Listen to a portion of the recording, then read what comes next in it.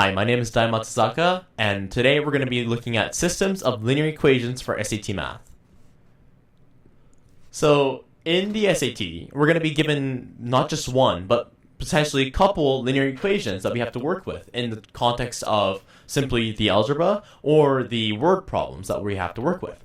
And given these systems of linear equations, we have to learn how to find the solution.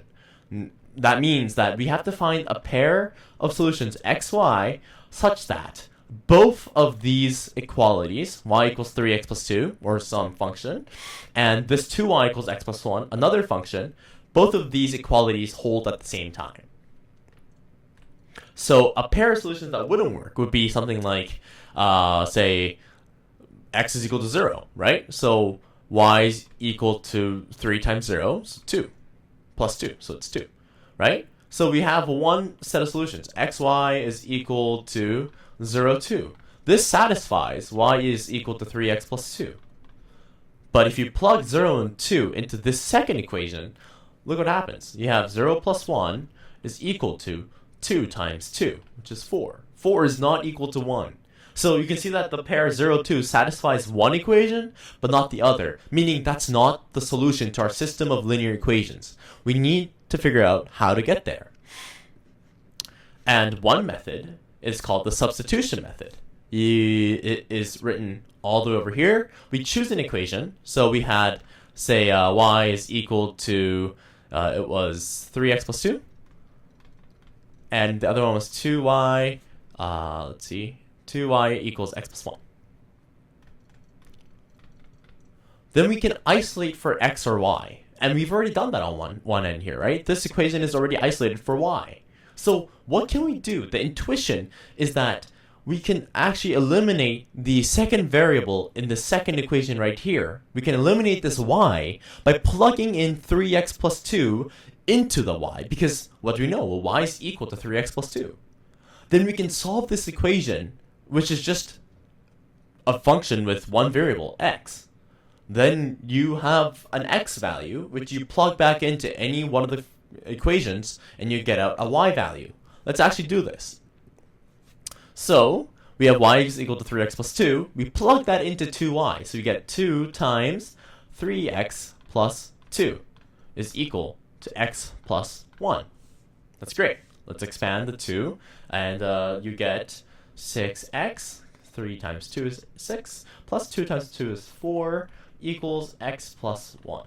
Now we can subtract x from both sides and get 5x, and subtract 4 from both sides to get minus 3.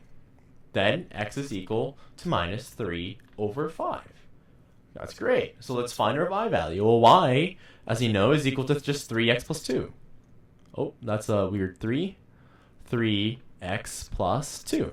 So then we could input this x in there, which we get minus 9 over 5 plus 2, which is just equal to 2 is equal to 10 over 5, so 1 over 5.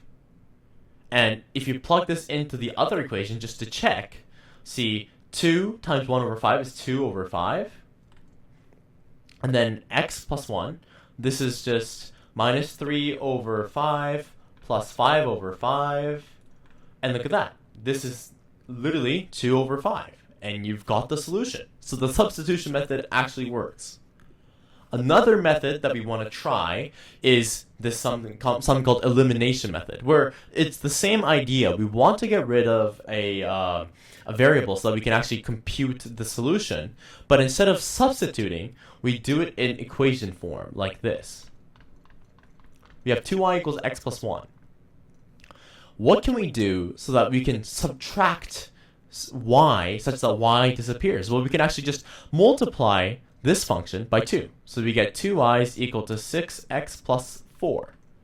Then you can subtract this function from the other function, and you get, well, 2y minus 2y is 0. So you've managed to cancel out the y variable in this question, and you just do the rest, right? X minus 6x is, well, minus 5x.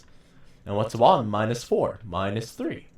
If you solve for this, you get x is equal to minus 3 over 5, which is exactly the solution that we had previously. right here, minus 3 over 5. And finding the y value is just plugging it in back into the equation, which we've already done before. So those two methods constitute the two ways of finding solutions given a linear system of equations. If you need more practice, please check the textbook. All right, now let's look at another type of linear system of linear equations. So we have y is equal to 2x plus 1, 2y is equal to 4x plus 2, and let's try to use a substitution method for this one. So what do we do? Well, we want to get rid of one of the variables. In this case, y seems to be the easiest, so we can get rid of y.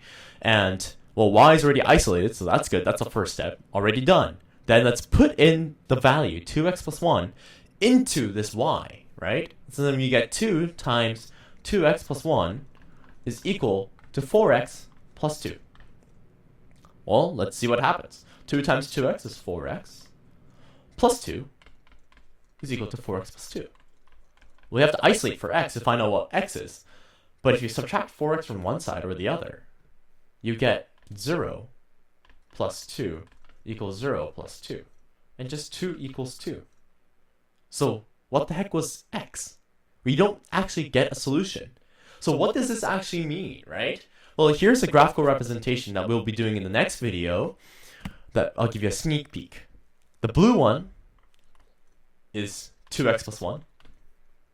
The red one is 4x plus 2 equals 2y. Let's make that clear. These two functions are exactly the same. I mean, if you just look at 4x plus 2 equals 2y, let's think about that in the function, general linear equation form. You have to divide by 2 on both sides. You just get y is equal to 2x plus 1. So what was this system of linear equations? Well, it's actually just y is equal to 2x plus 1 and y is equal to 2x plus 1. So what's the solution? Well, the solution, there's infinitely many solutions. Any solution that satisfies y is equal to 2x plus 1 is a valid solution for this linear system of equations, because the system of equations is just the one equation. Y is equal to 2x plus 1, as you can see from this graph. And let's try this one. Y is equal to 3x plus 1, y is equal to 3x plus 3. Let's try the method of elimination, right? So in this case, again, it looks pretty easy. So let's subtract y is equal to 3x plus 3. And then we want to get rid of the y or the x alternatively. But just subtract the equations from each other, in which you get y minus y is 0 is equal to 3x minus 3x is 0. 3 minus 1 is 2. 0 is equal to 2. What?